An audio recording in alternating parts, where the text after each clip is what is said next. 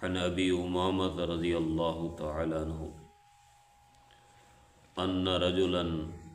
قال یا رسول اللہ ما حق الوالدین علی ولدہما قال ہما جنتک و نارک رواہ ابن ماجہ۔ حضرت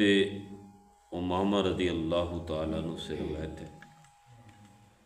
کہ رسول اللہ صلی اللہ علیہ وسلم سے ایک شخص نے پوچھا کہ اے اللہ کے رسول صلی اللہ علیہ وسلم، اولاد پر والدین کے کیا حق ہیں؟ تو آپ علیہ الصلاۃ والسلام نے فرمایا وہ تمہارے لیے جنت ہیں یا جہنم ہے۔ اس حدیث میں جو بات بنیادی طور پہ بتائی گئی ہے وہ یہ بتائی گئی ہے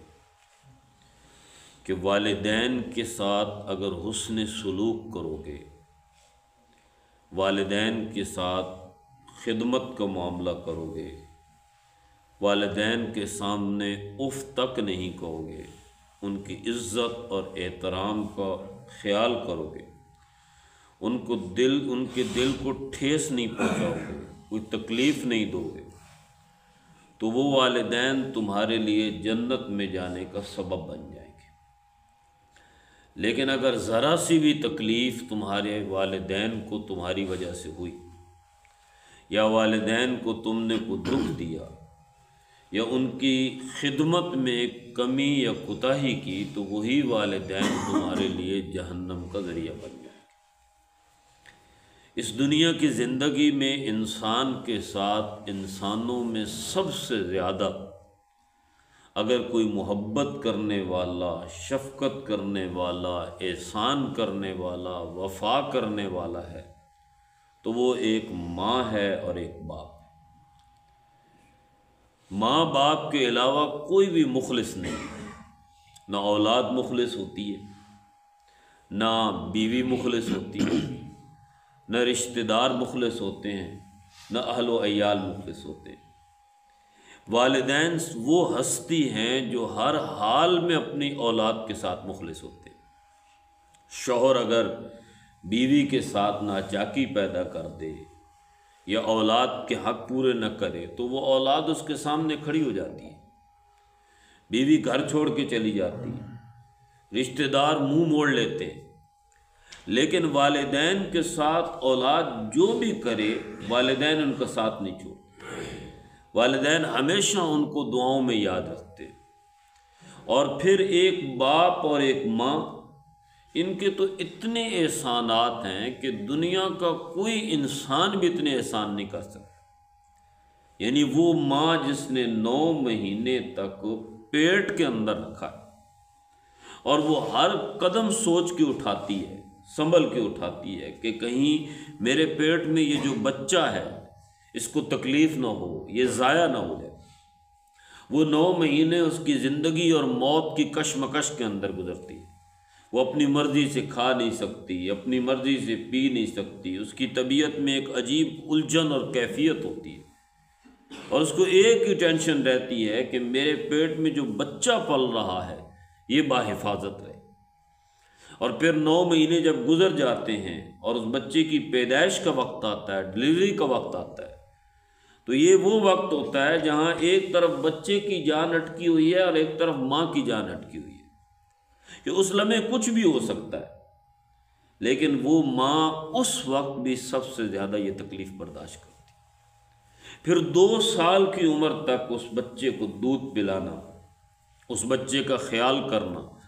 گیلے بستر کے اوپر خود لیٹ جانا اور خشک جگہ پہ اس کو لٹانا، اور دوسری طرف باپ کی بھی یہی کیفیت ہے کہ جب تک اولاد نہیں تھی وہ اپنی زندگی جی رہا تھا، اپنی صحت کی فکر تھی، اپنے سونے کی فکر تھی، اپنے جاگنے کی فکر تھی، اپنے کھانے پینے اور پہننے کی فکر تھی۔ لیکن آج جب اولاد ہو گئی ہے تو اب باپ کی ساری توانائیاں اس اولاد کے لیے خرچ ہو رہی۔ اب وہ باپ یہ نہیں دیکھتا کہ شدید سردی ہے یا شدید گرمی ہے، اب وہ باپ یہ نہیں دیکھتا کہ میں بیمار ہوں یا ٹھیک ہوں، اب باپ وہ یہ نہیں دیکھتا کہ میں رات کو سونا ہے یا مجھے جاگنا ہے، اس نے صرف یہ دیکھنا ہے کہ میں نے اپنے بچے کے لیے روٹی کا اہتمام کرنا ہے، اس کے لیے کپڑوں کا اہتمام کرنا ہے، وہ اگر اسکول کے اندر جا رہا ہے اس کی فیس کی ادائیگی کرنی ہے، کہیں ایسا نہ ہو میرا بچہ دوسروں بچوں کو دیکھ کے، ان کے اچھے کپڑے لباس دیکھ کر، ان کی عیش و عشرت دیکھ کر کہیں میرا بچہ حسد کا شکار نہ ہو جائے۔ تو اس باپ کو یہی فکر کھاتی ہے، وہ جتنا کچھ کرتا ہے اس اولاد کے لیے کرتا ہے، یہاں تک کہ وہ زندگی کا ایک بڑا حصہ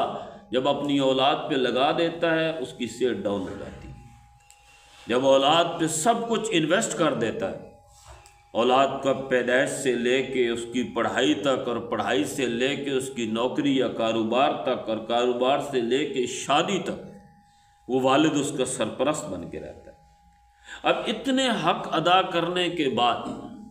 جب وہ ماں بوڑھی ہو جاتی ہے اور باپ بوڑھا ہو جاتا ہے، تو وہی اولاد جب ان سے منہ موڑ لیتی ہے، وہی اولاد جب تنگ آ جاتی ہے، وہی اولاد جب اپنی زبان سے یہ الفاظ نکالتی ہے کہ یہ کیا میرے لیے مصیبت بن گئے، میری زندگی اجیرن ہو چکی ہے، یہ کب یہ دنیا سے جائیں گے یہ والدین، تو پھر وہ والدین کے ساتھ کرخت لہجے میں بات کرنا، والدین کی بات اچھے طریقے سے قبول نہ کرنا، والدین کو حسن سلوک سے بات نہ کرنا، والدین کی خدمت نہ کرنا، یہ وہ ذریعے بنتے ہیں کہ ہر عبادت کو آگ لگ جاتی ہے، ہر عبادت ضائع ہو جاتی ہے اگر والدین ناراض ہوں۔ اسی لیے نبی صلی اللہ علیہ وسلم نے ارشاد فرمایا، جس کا والد راضی ہے اس کا رب اس سے راضی ہے، اور جس کا والد ناراض ہے اس کا رب اس سے ناراض ہے۔ اور اللہ کے رسول صلی اللہ علیہ وسلم نے فرمایا، والد جنت کے دروازوں میں سے ایک دروازہ ہے،